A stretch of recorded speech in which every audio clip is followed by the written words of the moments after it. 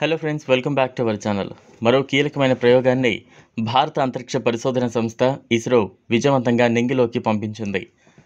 ముందుగా నిర్ణయించిన ప్రకారం శనివారం సాయంత్రం 5:35 ఆంధ్రప్రదేశ్లోని తిరుపతి జిల్లా శ్రీహరికోటలోని సతీష్ ధావన్ స్పేస్ సెంటర్ షార్లోని రెండో ప్రయోగ వేదిక నుంచి ఈ ప్రయోగాన్ని చేపట్టారు. జిఎస్ఎల్వి F-14 వాహక నౌక ఇన్సాట్ 3DS అనే ఉపగ్రహాన్ని సక్సెస్ఫుల్గా అంతరిక్షంలోకి తీసుకువెళ్లింది.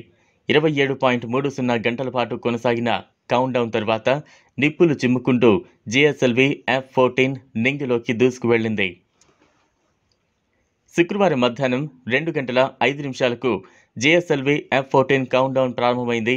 2275 కిలోల బరువు ఉన్న ఇన్సాట్ 3DS శాటిలైట్ను జిఎస్ఎల్వి F-14 వాహక నౌక నిర్ణీత కక్షలో ప్రవేశపెట్టనుంది. ప్రకృతి విపత్తులను ముందుగానే గుర్తించి వాటికి సంబంధించిన పూర్తి సమాచారాన్ని భూమికి పంపించేందుకు ఇన్సాట్ 3DS ఉపగ్రహాన్ని ఇస్రో నింగిలోకి పంపించింది. ఈ ఇన్సాట్ 3DS ప్రయోగం ఇస్రోకు 97వ ప్రయోగం కావడం గమనార్హం. భూమి నుంచి 3,67,866 కిలోమీటర్ల ఎత్తులో ఉన్న జియో స్టేషనరీ కక్షలో ఈ ఇన్సాట్ 3DS శాటిలైట్ను జిఎస్ఎల్వి F-14 విజయవంతంగా ప్రవేశపెట్టింది. ఆ తర్వాత ఇన్సాట్ 3DS ఉపగ్రహం రాకెట్ నుంచి విడిపోయి అంతరిక్షంలోకి భూకక్షలోకి చేరింది. ఇన్సాట్ సిరీస్లో ఇప్పటివరకు ఇస్రో పంపించిన 23 శాటిలైట్లలో కొన్నింటి జీవితకాలం అయిపోయింది. ఈ క్రమంలోనే తాజాగా నింగిలోకి పంపించిన ఇన్సాట్ 3DS ఉపగ్రహం చాలా శక్తివంతమైందని ఇస్రో తెలిపింది.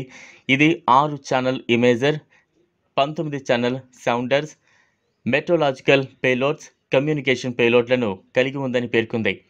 ఇది వాతావరణాన్ని అంచనా వేయడం, భూమి, సముద్ర వాతావరణాన్ని అధ్యయనం చేసి రానున్న ప్రకృతి విపత్తుల్ని ముందుగా అంచనా వేసి సంకేతాలు పంపిస్తుందని వెల్లడించింది.